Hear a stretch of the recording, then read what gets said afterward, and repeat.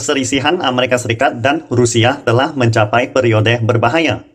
Nama saya Ricky Suwarno, berdiri di atas pundak dua superpower Amerika Serikat China melihat masa depan Indonesia. Saat ini, China, Rusia, dan Amerika Serikat telah membentuk era Samco, Three Kingdom. Selama bertahun-tahun menjaga profil rendah, China telah menjadi kutub penting dalam kebangkitan ekonomi dan militer di antara Three Kingdom ini. Apalagi kemajuan pesat pembangunan China membuat Amerika Serikat merasa sangat tidak nyaman, karena volume ekonomi China akan menyalip Amerika Serikat dalam waktu dekat dan menjadi yang terbesar di dunia. Hal ini tentu saja akan menyebabkan kecemburuan dan kebencian Paman Sam terhadap China. Berhubung hegemoni dolarnya untuk menjarah kekayaan negara lain akan diruntuhkan.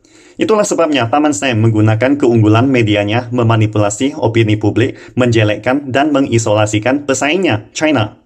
Pertama-tama, Amerika Serikat memanen talenta terbaik dunia.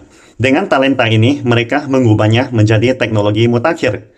Dan teknologi mutakhir diubah menjadi peralatan militer mutakhir. Melalui militer yang kuat, Amerika Serikat dapat memonopoli pembagian kerja ekonomi global. Selama bertahun-tahun, model pembangunan China justru mengambil jalur yang saling melengkapi dengan ekonomi Amerika Serikat, sehingga sangat menguntungkan Amerika Serikat sendiri. Tetapi sayangnya, Amerika Serikat tidak bisa menerima negara lain untuk mengungguli mereka. Selama berabad-abad sejarah pembangunan negara-negara barat, semuanya dimulai dengan perkembangan pesat industrialisasi di pedesaan. Industrialisasi membutuhkan banyak lahan, sehingga di bawah model pembangunan ini terbentuklah perkotaan. Setelah pembentukan berbagai negara industri, permintaan pasar domestik juga semakin berkembang seperti tingkat pendapatan per kapita warganya. Ketika perkembangan ini mencapai puncaknya, mengakibatkan inkonsistensi antara perkembangan tenaga-tenaga produktif dan sumber-sumber produksi dengan kelebihan produksi, sehingga perlu mengekspor kapital. Itulah saatnya muncul perusahaan multinasional yang menyeimbangkan ketidaksesuaian ini. Tetapi kemudian, setelah pembentukan perusahaan multinasional dan perdagangan internasional yang telah meningkatkan koordinasi ekonomi domestik, muncullah persaingan atau konflik perdagangan antar negara. Sampai akhirnya konflik yang tak terhindarkan meningkat menjadi peperangan. Peperangan dalam sejarah modern dunia seperti Perang Candu, invasi Barat dan Jepang terhadap Asia, Perang Dunia Pertama, Perang Dunia Kedua, dan sebagainya adalah hasil dari konflik ekonomi dan perdagangan. Kembali ke ketidakseimbangan struktural dalam perdagangan Amerika Serikat-China pasti akan menyebabkan konflik menjadi semakin tegang. Tentu saja, mentalitas Perang Dingin Amerika Serikat melawan mantan Uni Soviet juga menjadi faktor pengaruh. Karena China memiliki populasi lebih dari 1,4 miliar yang tampaknya menakutkan bagi dunia dalam hal ukuran ekonomi secara keseluruhan.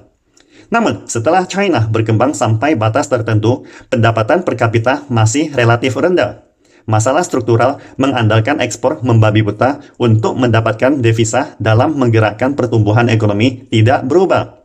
Sehingga situasi objektif ini dimanfaatkan oleh Amerika Serikat untuk mencetak dolar semaunya.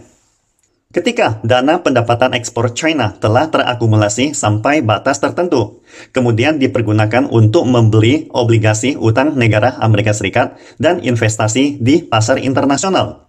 Namun, inflasi yang kian hari kian parah di Amerika Serikat akibat pencetakan dolar besar-besaran membuat pemimpin Paman Sam yang tidak kompeten membenahi masalah domestiknya sengaja mengalihkan ketidakpuasan rakyatnya ke negara lain dengan menyalakan api peperangan di mana-mana, mengakibatkan lingkungan investasi internasional menjadi sangat beresiko dan tidak aman seperti konflik Ukraina saat ini. Tindakan hegemoni dolar yang semena-mena menyebabkan banyak negara mulai melepaskan dolar.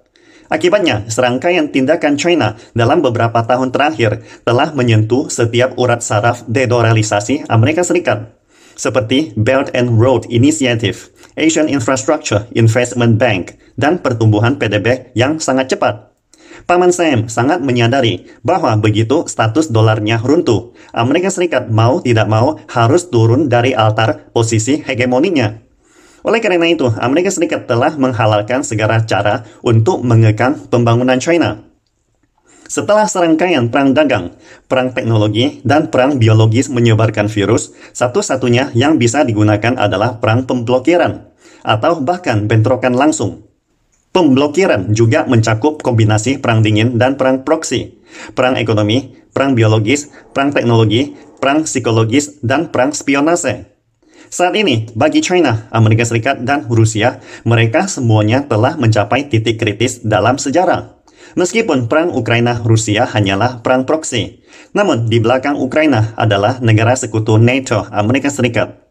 Rusia yang terpaksa mempertaruhkan nasib negaranya akan berusaha mati-matian mempertahankan keberlangsungan negaranya sampai nafas terakhir menggunakan ribuan senjata nuklirnya, menyebabkan Amerika Serikat di sisi lain ibarat anjing kepanikan melompati dinding. Dengan kata lain, adu lengan antara Amerika Serikat dan Rusia telah mencapai periode yang sangat berbahaya. Amerika Serikat tidak hanya memanen kekayaan Uni Eropa dan menghancurkan euro seperti yang dikatakan kebanyakan orang.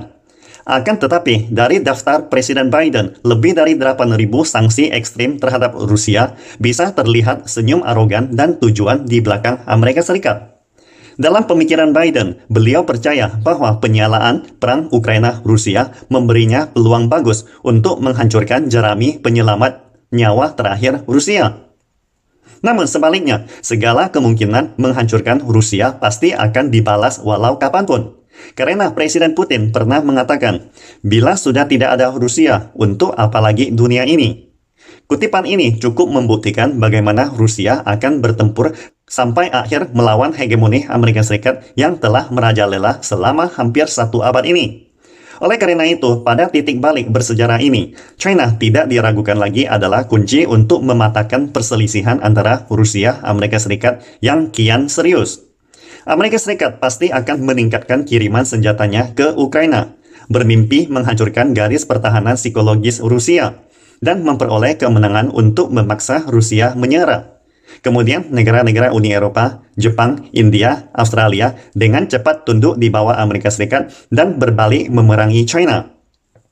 Akan tetapi, jika Rusia memenangkan perang Ukraina, Amerika Serikat pasti akan gelisah. Dan itulah yang dilakukan Menteri Pertahanan Amerika Serikat Lord Austin menelpon China beberapa hari yang lalu.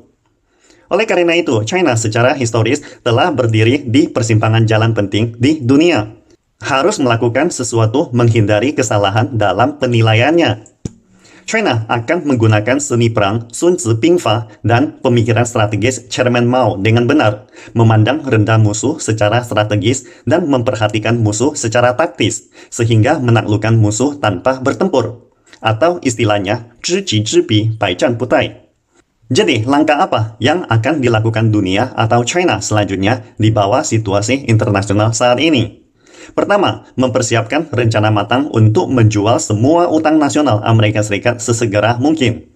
Kedua, menarik kembali semua dana di luar negeri. Ketiga, meningkatkan persiapan persenjataan canggih termasuk meningkatkan senjata nuklir dan jangkauan rudal balistik, menyeimbangkan persenjataan ruang angkasa Amerika Serikat, dan sebagainya. Keempat, meningkatkan penggunaan talenta dan segala kesejahteraan talenta yang dilindungi undang-undang, membentuk database komite cadangan talenta untuk melacak dan mengembangkan talenta sejak awal. Kelima, mempercepat proses urbanisasi domestik, memperkuat mekanisasi pertanian dan tingkat swasembada pangan, memperkuat seluruh rantai industri domestik, mempercepat inovasi teknologi energi baru, dan meningkatkan permintaan pasar domestik melalui proses urbanisasi sehingga dapat memperkaya masyarakat di daerah tertinggal. Keenam, mengurangi barang ekspor ke Amerika Serikat dari tahun ke tahun, secara bertahap menyeimbangkan perdagangan dengan Amerika Serikat, mencegah Amerika Serikat menjarah kekayaan lagi, mengalihkan kelebihan kapasitas produksi ke urbanisasi domestik, mengembangkan kerjasama ekonomi dan perdagangan dengan Rusia dan semua negara sahabat secara menyeluruh. Selama China bergandengan tangan dengan Rusia, memperdalam kerjasama di antara negara-negara sahabat di kawasan China dan Rusia sebagai inti front persatuan, maka secara otomatis negara-negara Uni Eropa dan Jepang pasti akan harus mempertimbangkan kepentingan mereka sendiri. Dalam proses ini, penyatuan Taiwan dengan China sangat berkemungkinan akan terwujud dengan lancar pada waktu dan kesempatan yang tepat. Pastikan Anda subscribe dan follow akun ini supaya senantiasa mendapatkan info terbaru tentang teknologi terkini AI berkaitan. Salam Indonesia Maju!